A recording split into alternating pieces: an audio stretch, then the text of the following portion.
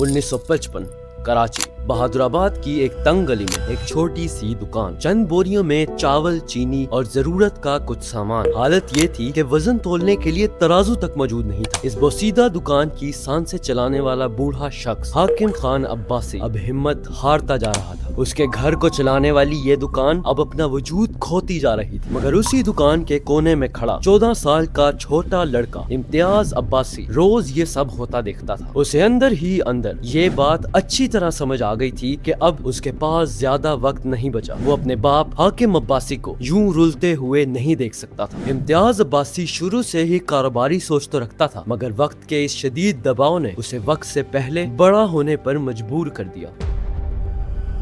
अपने दिल में एक ख्वाब लिए अगले दिन वो जैसे ही दुकान पर आया, उसने हर तरफ बिखरे हुए सामान को समेटना शुरू कर दिया। चावल और दाल को छोटे पैकेट्स में पैक किया और उसे रिटेल में बेचना शुरू कर दिया। इम्तियाज ने उस जमाने में घर घर डिलीवरी सर्विस भी शुरू की, जिसके लिए उसने 3 पहियों वाली साइकिल का इंतखाब किया। उसने पूरे मोहल्ले में छोटे छोटे पंफलेट्स भी बांटे ताकि उसकी दुकान की सेल्स में इजाफा हो सके, जो कि सच में काम भी किया। सालों तक यही सब चलता रहा और अब 1955 से साल 1972 आ गया। ये वक्त था जब पूरे पाकिस्तान में शदीद कहत की सूरत हाल थी। इस कहत से बचने के लिए हुकूमत ने राशन कार्ड का निजाम शुरू किया ताकि सब लोगों तक बराबरी से राशन पहुंचाया जा सके। इसी कहत के दौरान इम्तियाज की दुकान पर 35,000 से ज्यादा लोग अपना राशन लेने आते थे। हर 15 दिन के बाद राशन देना, उसे तोलना, लंबी लंबी कतारें संभालना, ये सब कुछ इम्तियाज ने अकेले संभाला। मगर इस चीज से इम्तियाज बिजनेस के तमाम राजों को अच्छी तरह जान गया था और तब ही उस लड़के ने इरादा कर लिया था कि वो इस दुकान को आसमान की बुलंदियों पर लेकर जाएगा। इस कहत में 35,000 लोगों को राशन देने के बाद अब इम्तियाज की कस्टमर बेस बहुत बड़ी हो चुकी थी। इसी के साथ इम्तियाज अब्बासी अब एक मुकम्मल बिजनेसमैन बन चुके थे।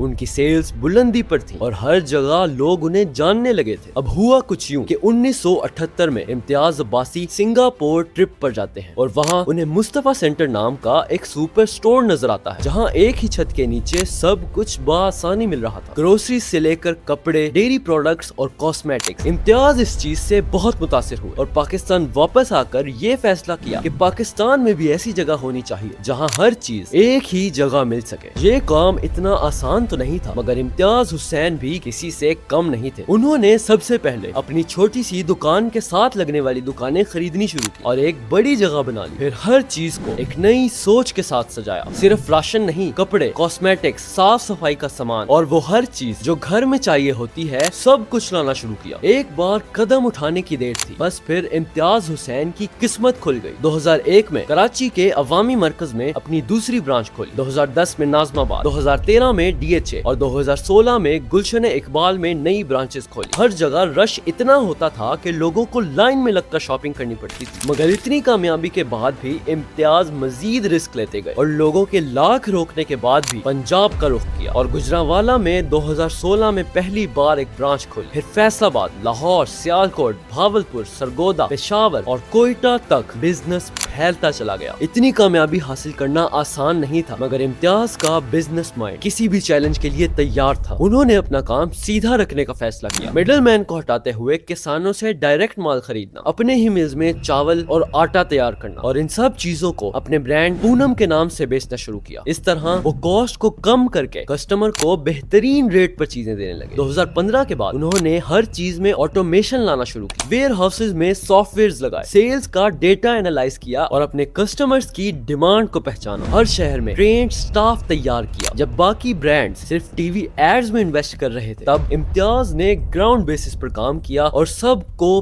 पीछे छोड़ दिया। सेल्स आसमानों पर थी और इम्तियाज की कामयाबी बुलंदियों को छू रही थी। मगर फिर कुछ ऐसा हुआ जिसने पूरी दुनिया का निजाम तहस नहस कर दिया। 2020 कोरोना ने हर बिजनेस को हिला कर रख दिया। सारी कंपनी हजारों लोगों को फायर करने लगी। इम्तियाज की कंपनी भी इतने लॉस में जा रही थी कि उसकी कंपनी के मैनेजर्स भी घबरा गए। उन्होंने इम्तियाज को साफ साफ बोल दिया कि लॉस रिकवर करने के लिए हमें 2200 लोगों को निकालना पड़ेगा। मगर इम्तियाज ने आसमान की तरफ देखकर बस एक ही बात बोली, रिस्क اللہ کے ہاتھ میں ہے اور میں کسی کو نہیں نکالوں گا بلکہ 7 نئی برانچز کھولوں گا۔ جب دنیا جابز ختم کر رہی تھی تب امتیاز نئے لوگ ہائر کر رہا تھا۔ آج امتیاز سپر سٹور صرف ایک سپر مارکیٹ نہیں ہے بلکہ لوگوں کی زندگیوں کی ضرورت بن چکا ہے، جہاں ہر دن 2.5 لاکھ سے زیادہ لوگ شاپنگ کرتے ہیں، 14,000 سے زیادہ لوگ وہاں کام کرتے ہیں۔ ان کے کسٹمرز ان کی ٹاپ کوالٹی پروڈکٹ سے بے حد سیٹسفائیڈ کیونکہ وہاں چیزوں کے ریٹ بڑے کمپیٹیٹرز میٹرو اور کیئر فورس سے بھی سستے ہیں۔ امتیاز نے بنا دام بڑھائے لوگوں کو وہ سب دیا جو انہیں چاہیے تھا۔